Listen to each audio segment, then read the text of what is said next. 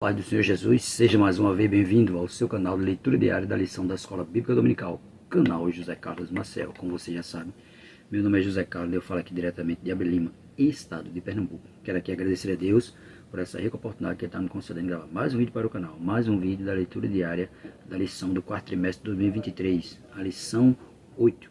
A lição 8 que tem como tema missionários, fazedores de tenda. Quarto trimestre de 2023, como você já sabe que tem o tema até os confins da terra, pregando o evangelho a todos os povos, até a volta de Cristo. Quero aqui agradecer a você que se inscreveu recentemente no canal, dizer a você muito obrigado, curta os vídeos, comente, se estiver gostando do conteúdo, se for possível, indique o canal para mais alguém. Agradecer a todos vocês que já são inscritos no canal, que têm curtido, comentado, continue fazendo isso, para que o YouTube recomende o nosso canal cada vez mais. E você que não é inscrito no canal ainda, mas tem este nosso vídeo, se for possível, se inscreva para nos ajudar, se inscreva para que esse canal possa crescer. Amém?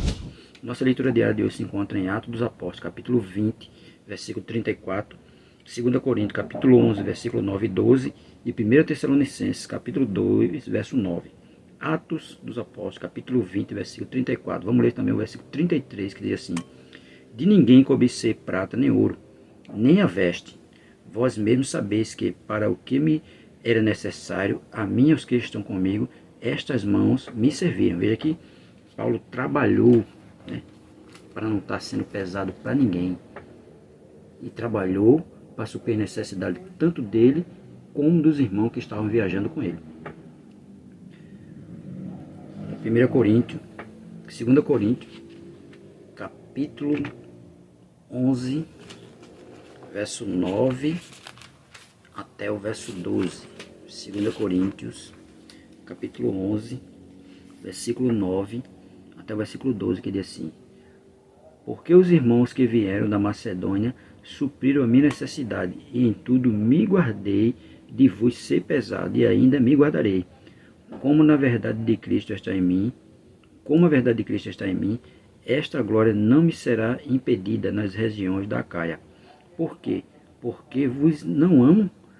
Deus o sabe, mas o que eu faço, farei para cortar ocasião aos que buscam ocasião. Veja, mas o que eu faço, o farei para cortar ocasião aos que buscam ocasião, aqueles que queriam falar mal de Paulo, né? Dizendo que ele estava pregando o evangelho para enriquecer, a fim de que, naquilo em que se gloriam, sejam achados como nós. Aí, 2 Tessalonicenses, capítulo 2, verso 9, que diz assim: porque bem vos lembrais, irmãos, do nosso trabalho e fadiga, pois trabalhando noite e dia, para não sermos pesados a nenhum de vós, vos pregamos o evangelho de Deus. Veja que ele não foi, né, pesado para ninguém. O objetivo de Paulo não era ser pesado para ninguém, mas sim, ele trabalhava com as próprias mãos para suprir a necessidade dele e daqueles que estavam com ele. Atos dos Apóstolos, capítulo 20, versículo 34, diz assim: a mim e aos que estavam comigo, estas mãos me serviram. Ele trabalhava para a sua sobrevivência, e muito se esforçava para ganhar o pão. Vós viste como eu estava ocupado desde cedo até a noite, cortando e fazendo tendas, e como eram feitas de couro. Era um trabalho muito pesado. Quando ele precisava ganhar o seu pão, ele o fazia com o trabalho manual. Paulo tinha uma mente e língua com as quais poderia ganhar dinheiro, mas foram estas mãos, disse ele, que serviram às minhas necessidades, né? Ele podia ganhar dinheiro, né, com a mente e com a língua. Ele poderia ganhar, mas ele ganhou dinheiro trabalhando o quê? Com as mãos, né? E outra coisa, ele não queria ser pesado para os irmãos nem para as igrejas. Ele podia requerer o sustento, mas ele abdicava disso, trabalhando, construindo tenda para não ser pesado a ninguém e para não dar ocasião a quem queria ocasião de falar mal dele, dizendo até muitas vezes que ele era um mercenário que queria enriquecer através do evangelho. 2 Coríntios, capítulo 11, verso 9, diz assim: da Macedônia supriram. Ele preferiu antes ser suprido suas necessidades do que ser pesado a eles, né? Os irmãos da Macedônia supriram necessidade para ele não ser pesado aos irmãos de Corinto. Ele achou melhor. 2 Coríntios 11, 11. Deus o sabe. Ele os informa da razão de sua conduta entre eles. Não era porque ele não os amava ou estivesse disposto a receber o penhor do seu amor, pois o amor e a amizade são manifestos em mutuamente dar e receber. mas era para evitar ofensa, para que ele pudesse evitar dar ocasião àqueles que a procuravam, né? Porque tem gente procurando ocasião para denegrir a imagem de Paulo, e Paulo estava evitando isso. Por isso que ele trabalhava, para não ser pesado para ninguém e não dar ocasião a que eles estavam procurando falar mal dele. 2 Coríntios capítulo 11, verso 12 diz assim: achados assim como nós. Paulo não daria ocasião para ninguém acusá-lo de objetivo mundano em pregar o evangelho, ou que ele tivesse a intenção de fazer isso uma profissão para se enriquecer, e que outros que o opunham em Corinto não pudessem, nesse respeito, ganhar vantagem contra ele, que naquilo que gloriavam nesse assunto pudessem ser achados assim como ele.